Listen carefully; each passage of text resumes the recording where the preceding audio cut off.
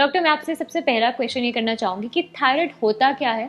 Okay, thyroid एक basically हमारे body में ग्लैंड है हम्म। जो कि हमारी गर्दन के सामने अटैच्ड होता है। हम्म। इट इज़ अराउंड 2 सेंटीमीटर का ग्लैंड होता है। हम्म। ये थायराइड है, एक तरह का हार्मोन बनाता है जिसको हम बोलते हैं थायरॉक्सिन हार्मोन, हम्म। जो कि हमारे बॉडी में मेटाबॉलिज्म या कि हमारे बॉडी में किस तरह से जो हम खाना खा रहे हैं किस हम्म। तरह से वो एनर्जी में कन्वर्ट होगा, बेसिकली उसको वो कंट्रोल करता है। ओके। अब वो थायराइड पे डिपेंड करता है कि थायराइड अगर नॉर्मल है तो हमारा मेटाबॉलिज्म नॉर्मल होगा। हम्म। अगर थायराइड में कोई भी अबनॉर्मलिटी है हम्म। कि वो कम काम कर रहा है या ज़्यादा काम कर रहा है, हम्म। तो उस हिसाब से हमारा मेटाबॉलिज्म स्लो या फास्ट हो सकता है। एंड सब ऐसा भी होता है कि थायराइड सिर्फ मोटे लोगों को होता है, पतलों को नहीं होता, लोग ऐसा भी मानते हैं। नहीं नहीं नहीं, थायराइड का मोटे और पतलेपन से कोई संबंध नहीं है। हम्म। थायराइड किसी को भी हो सकता है अगर, बट हम पूछें, अगर हम डेटा देखते हैं तो हम्म। डेटा में ये पाया जाता है कि थायराइड की प्रॉब्लम होना फीमेल्स में ज़्यादा कॉमन होता है, जो कि 30 से लेके 50 ईयर्स के एज ग्रुप में होती है। हम्म। बट आजकल ये देखा जा रहा है कि थायराइड की जो प्रॉब्लम है यंग लोगों में भी मिलती जा रही है। थायराइड की प्रॉब्लम होने से दोनों तरह की बीमारियां हो सकती हैं, हम्म। उसमें आप मोटे भी हो सकते हैं, पतले भी हो सकते हैं। तो ओके। दो तरह की प्रॉब्लम होती है थायराइड में। एक थायराइड की प्रॉब्लम होती है जिसको हम बोलते हैं हाइपोथायरॉयडिज्म, जिसमें कि आपका थायराइड अंडर एक्टिव हो जाता है, कम काम करता है, जिसमें कि आपका वेट गेन हो जाता है। हम्म। और दूसरी तरह की थायराइड की प्रॉब्लम होती है जिसमें कि आपका थायराइड ओवर एक्टिव हो जाता है, हम्म। जिस वजह से आपका वेट लॉस हो जाता है। ओके। तो ये दोनों ही थायराइड कंट्रोल करना जरूरी है हमारे लिए?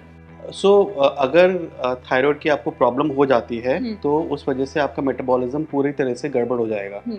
अगर हमारे को पहले समझना पड़ेगा कि थायराइड कैसे काम करता है हम्म। या थायराइड का हार्मोन का प्रोडक्शन कैसे होता है। हम्म। हमारे ब्रेन में एक ऑर्गन होता है, उसको हम बोलते हैं पिट्यूटरी, और एक हाइपोथैलेमस होता है, और थायराइड।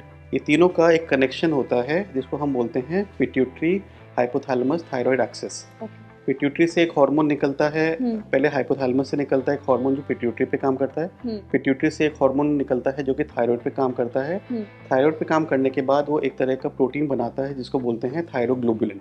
ये जो थायरोग्लोबुलिन प्रोटीन है, हम्म। हम जो खाने में आयोडीन खाते हैं, हम आपने सुना होगा कि थायराइड ठीक रखने के लिए आयोडीन की बहुत ज़्यादा रिक्वायरमेंट होती है। अगर आयोडीन की डेफिशिएंसी हो जाए या आयोडीन का एक्सेस हो जाए तो थायराइड की प्रॉब्लम हो जाती है। प्रॉब्लम हो जाए। तो ये जो आयोडीन नाम का मिनरल है, हम्म। ये थायरोग्लोबुलिन से मिलके फिर हमारा थायराइड हार्मोन बनाता है। हम्म। और ये थायराइड हार्मोन हमारे बॉडी के डिफरेंट पार्ट्स पे काम करता है, हम्म। ऊपर से नीचे लेके सब ऑर्गन्स पे काम करता है वो। हम्म। ठीक है।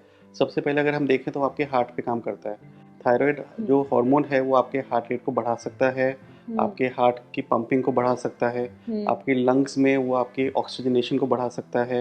आपका जो मेटाबॉलिज्म मेटाबॉलिज्म मतलब किस तरह से आपका जो हम खाना खा रहे हैं वो एनर्जी में कन्वर्ट हो रहा है, उसको अफेक्ट करता है। अगर आपका थायराइड हार्मोन एक्सेस में हो रहा है तो आपकी ज़्यादा एनर्जी बनेगी, हम्म। और अगर आपका थायराइड हार्मोन डेफिशिएंट हो रहा है तो आपकी हम्म। एनर्जी डेफिशिएंट हो जाएगी।